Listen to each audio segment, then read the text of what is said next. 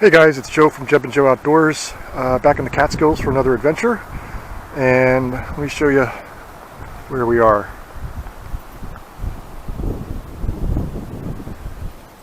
Now hopefully there are supposed to be 6 designated campsites on the far side of this lake, so I'm going to do a quick recce, see if I can find them, see if I can find a good one, and then come back and get my pack. I'm carrying a lot of weight, so I want to check things out first. We'll see you in a bit.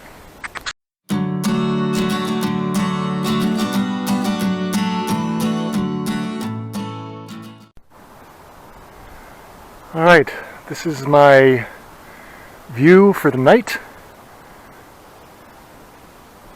And this evening and tomorrow morning. This is camp. There's a fire pit.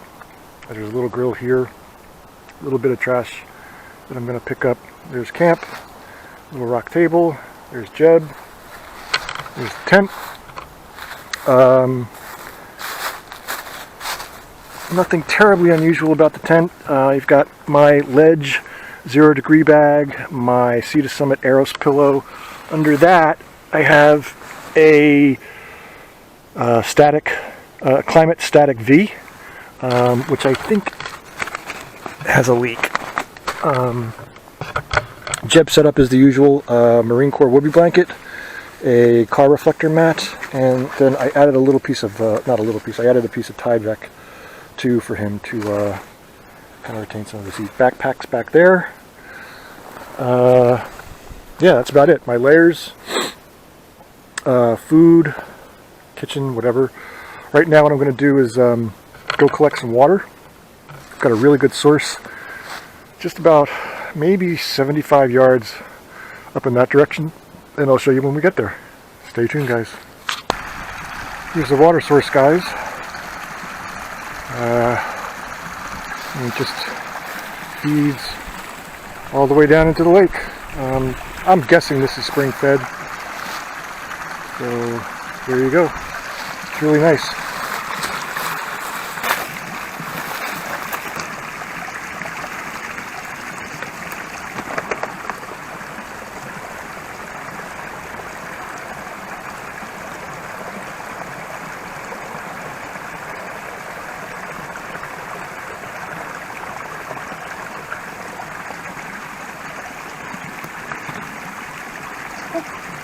That water is really cold.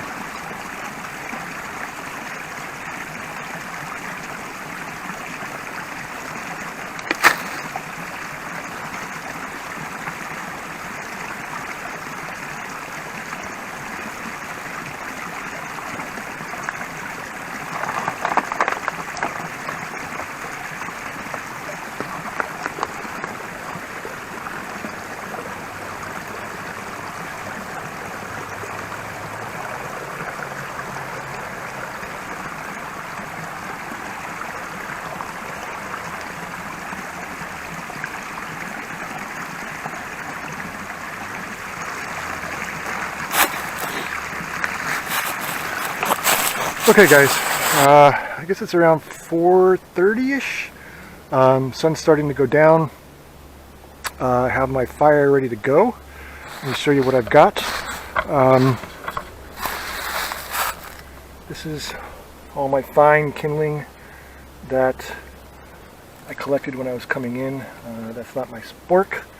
Then over here I have kind of a down and dirty upside down fire lay. If you can see on the very bottom, I've got some pretty thick logs. I found a probably about a 20-foot dead standing oak, really dense oak, and I processed some of that to get the rest of the fire off the ground. And I've got some river birch, I've got some more oak. There's a lot of river birch out here. Everything is very damp and wet. So I could have a little trouble getting this fire started, but hopefully I won't. And then over here I've got kind of more you're just tinder. It's not really even fuel. I'm not really expecting to have a fire that long. It's more for cooking than anything else, and morale. I always think a fire is good for morale. So I didn't really process a whole lot of wood. But anyway, when we get the fire going, I'll bring you back. Thanks, guys.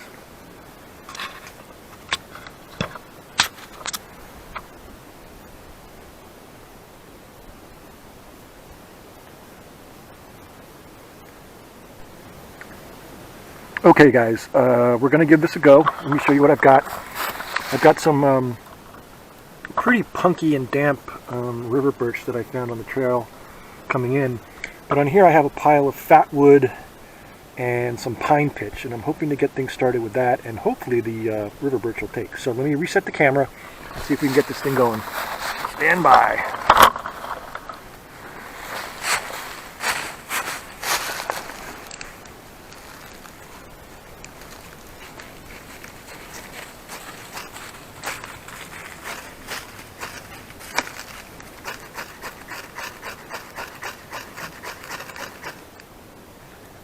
It's a little windy too.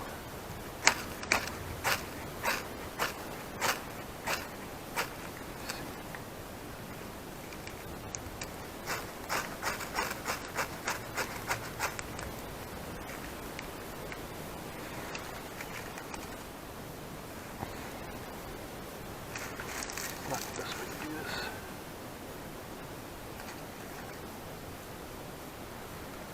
I may resort to plan B.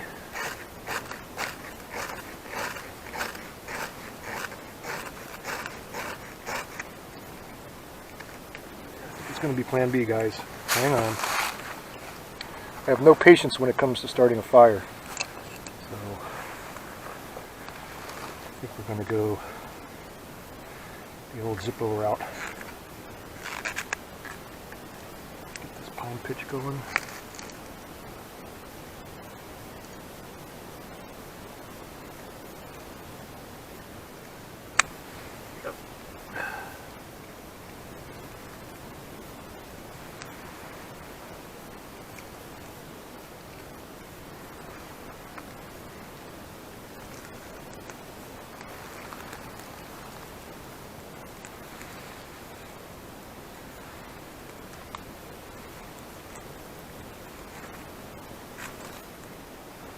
Go get the small stuff.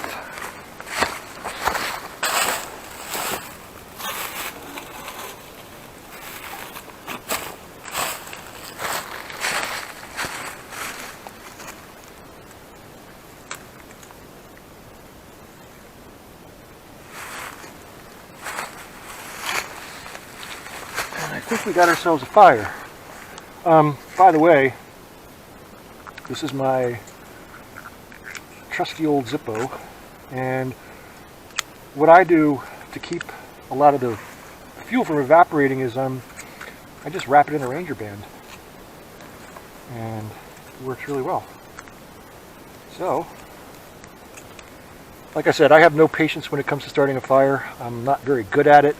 It's really something I need to practice, but it's getting cold, and I wanted to get this fire going and get dinner going as well. So come back in a little while when we get things cooking, tell you what I'm having for dinner, and we'll see you then.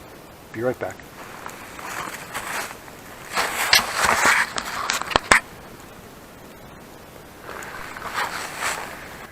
Well, that fire took an incredibly long time to really get sustaining. I think it was due to the fact that everything was so wet. It wasn't that I didn't have enough wood. I have plenty of wood. I have tons of wood. But everything was so wet. Even some of the dead standing stuff was semi-frozen. So it made it really hard to get this thing sustainable. I worked on it for probably an hour to make it sustainable. And I'm still not quite sure if it is. My take on this is, and granted, I didn't do a great job building this upside down fire, but my take on it is, if you have wet wood, an upside down fire is probably not your best bet. I even have some stuff, I don't know if you can see it, but I even have some stuff that I split that I was going to add as fuel later. And even that had a hard time. I've got some, layer, and even that had a hard time catching because it's just so damp on the outside, even though I had it split. So that's kind of my take. I'm going to see if this thing holds up, and if it does, I'm going to cook some dinner, and we'll be back then. Well, the fire the upside down fire was a total failure in terms of being able to cook. I had to baby that thing pretty much all night. It's 10 o'clock now. We still haven't eaten, and it just kept going out. And I think the mistake that I made, well, I'm going to do a lessons learned, but I think the mistake that I made, I didn't give it enough oxygen. So I go to plan B. Bump, right there. My gas stove.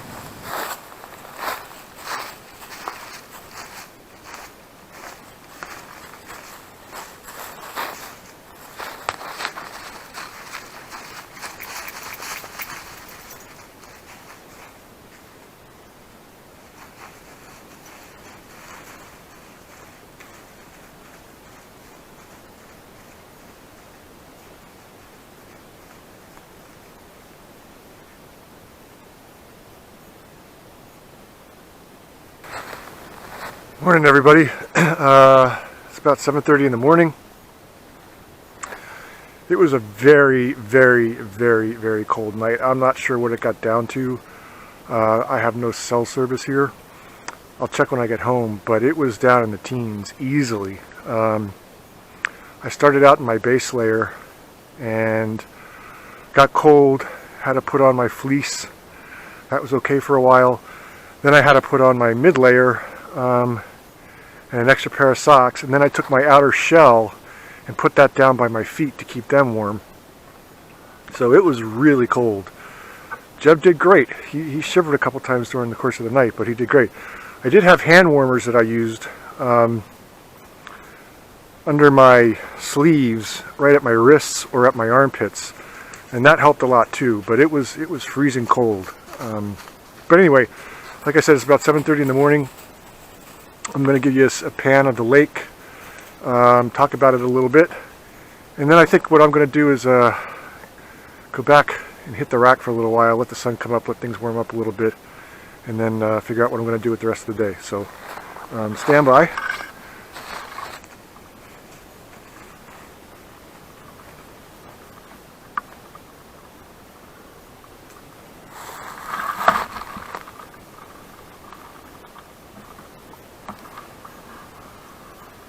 Okay, this is Waneta Lake, and there are no marked trails on any maps, and as a matter of fact, there are no trails per se. You just pretty much bushwhack. There are 6 designated campsites, and it's pretty cool. Now, those are the pros about it. The big con is that just right across the lake there is a road, so you get a lot of road noise. But other than that, it's a pretty cool spot. It doesn't look like a lot of people come here, so that's kind of nice. I believe this lake is 39 acres, and it's pretty shallow, so there's no trout in here, but there are other fish. I think there's pickerels and stuff like that. So anyway, that's pretty cool, but I'm going to go back and hit the rack. See you guys later. Hey guys, it's about 9:30. Everything's been packed up. I took everything back to the car, except for the tent and the rain fly, which is over here, which I'm just letting get some sun and dry out because there was some condensation. This is a 3-season tent. So what I thought I would do while that's drying out is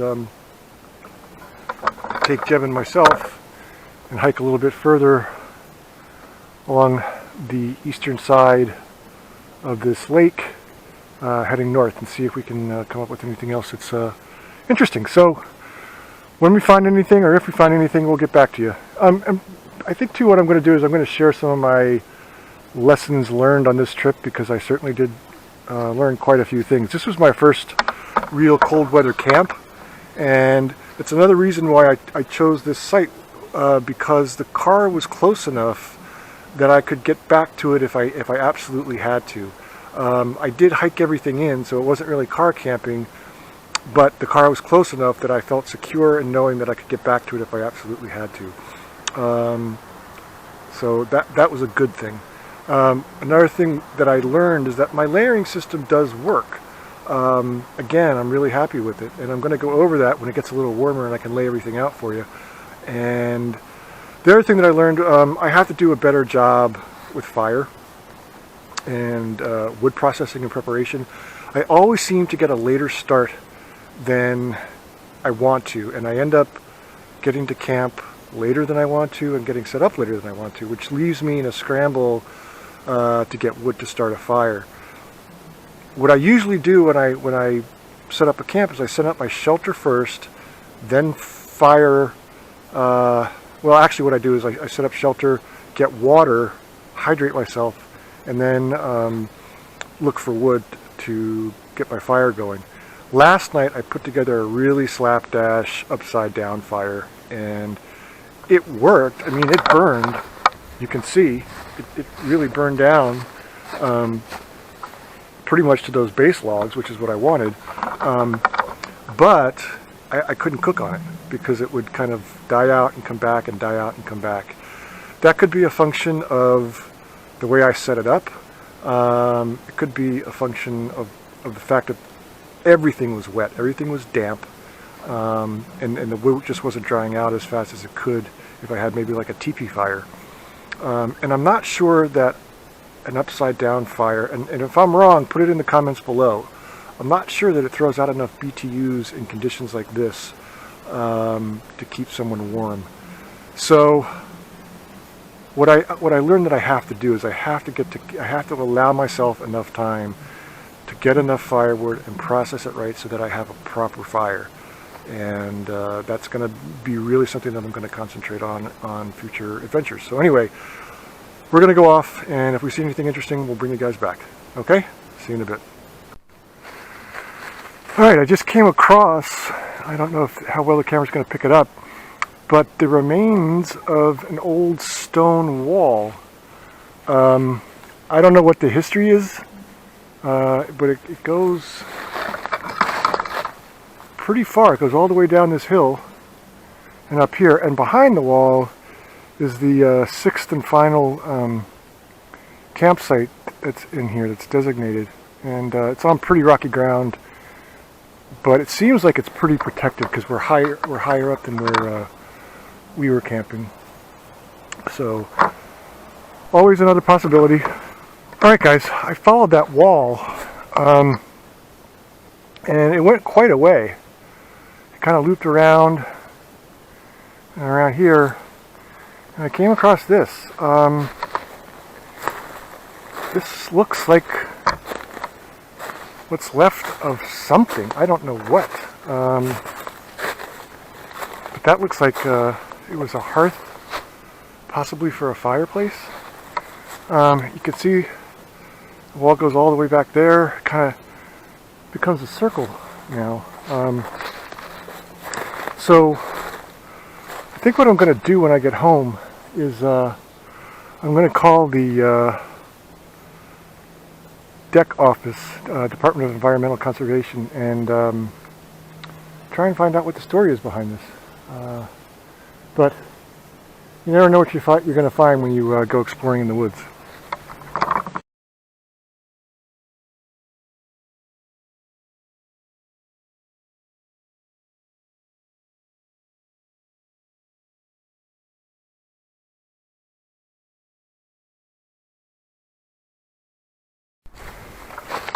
Yeah, this is really not a kept area. When I get home, I'll show you on a map exactly where I am, and there are absolutely no trail markers at all. This is all bushwhacking. I'm wondering what it's like in the summer. I don't know. This is part of the I don't know if I said it before. This is part of the Willamette wild area, but it's a separate parcel from the main parcel, and I'm just wondering if the lack of maintenance is because it's used primarily for fishing. I don't know. I don't know the story behind it. As I explored it this morning, it's actually a great place. There's a lot to do, a lot of fun to be had. You could definitely do some dispersed camping up here easily. And the other thing that I wanted to mention about the campsite that Jeff and I had was we're really close to that really nice source of water. So that's another advantage to the campsite that we had. So anyway, we're going to pack up the tent, walk out of here, and we'll say goodbye.